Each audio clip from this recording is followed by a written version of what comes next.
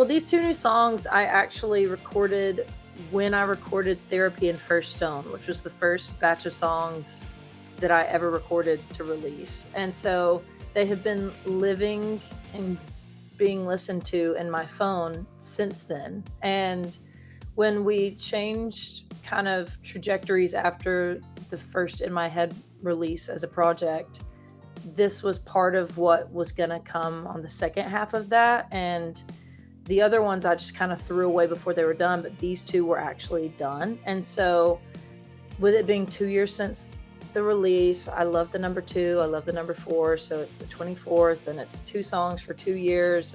It all just kind of lined up really well to honor that season and to finally put out 2 songs that I still love that just never got the chance to be heard and listened to. And I just really wanted to honor that season of my life before we start moving into the next chapter of my music.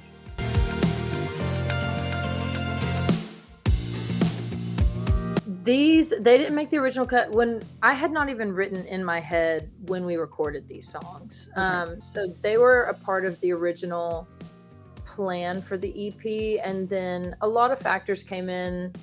My team grew, our options, our opportunity, our resources grew. And we all just kind of followed what was working. And we thought these would come out on a deluxe version of In My Head. And then when I changed creatively and personally right after the EP came out, they didn't ever get the chance to.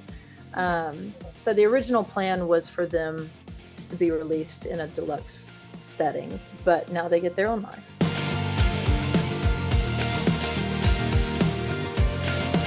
Ooh, I would tell, it's crazy. It feels like it's been 10 years and 2 days at the same time since that all happened. I feel like I've lived so many lives since then. I would probably just tell her, like, this is not what you saw coming, this change that's about to happen, but it is going to be like so worth it. And if you can just hang on and get to the part where you understand why you have to go through this, you will sign up for it over and over again, because I really feel like I had to become that version of myself to understand why I couldn't stay that version of myself. And these 2 songs were from an early conception part of that season for me. Like when I wrote For the Good, I remember coming in the office and being like, I've done it. I wrote the last song on my debut album. And they were like, huh? What about the other songs on the record? And I was like, this is the last one, because the last line of For the Good says, heartbreak was one long chapter, but it ain't the whole book. Now I'm looking for the good. And I just loved how that wrapped up an entire project in my brain. And New for me was like one of the first songs that I wrote that I was like, I really love this. I don't think that anyone else can portray this the way that I can portray it, because it's so honest. And I, up to that point, kind of analyzed my feelings, but not felt them in my songs. And that was one of the first ones that I just let myself feel what was happening in my life. And so I'm really excited that these 2 songs that kind of bookended that season are now going to have a life. And it really does feel like putting the cover of that book on and closing it and putting it on the shelf. And I'm excited too to give the fans who have really supported me through all of these changes something that honors where they met me, which was that season and that era and all the pink poppy seasons. So I feel like these 2 especially, they kind of weave in between all of the different sounds I have chased, and they fit well with where things go too.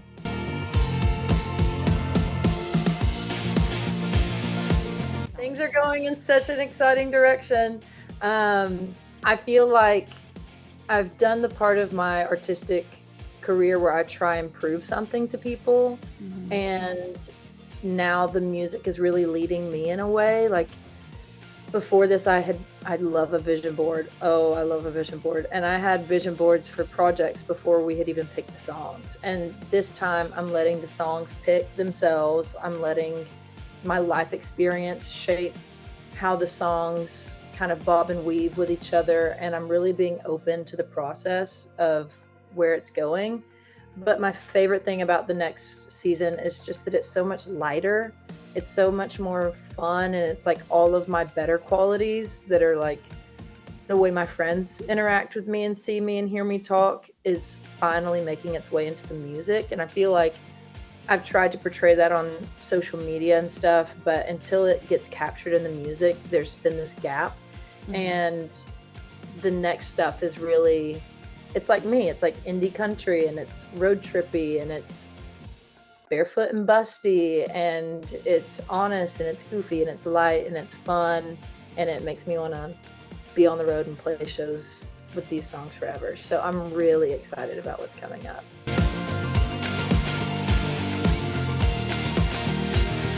We are in the early phases of the next project, and so I have no idea. I'm hoping sooner than later. That's one of the gifts of being independent, is that we can kind of move really quickly, and we have a lot of freedom with releasing. And so I'm hoping that once we get the first batch of these done, we can start really covering some ground.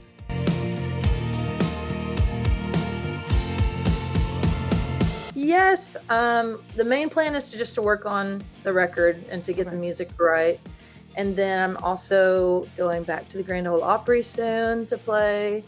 I'm trying to hop on some tours this fall. We're working on some in-town shows here in Nashville for the fall.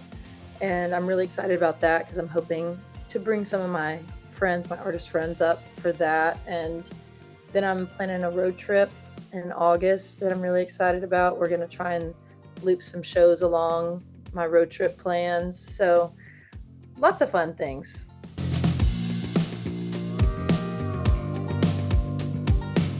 My message for fans would be just a large thank you for supporting all of the seasons of my artistry so far, and that this is truly me honoring them and loving how much they have let me shapeshift and do what I need to do to become the artist that I need to become.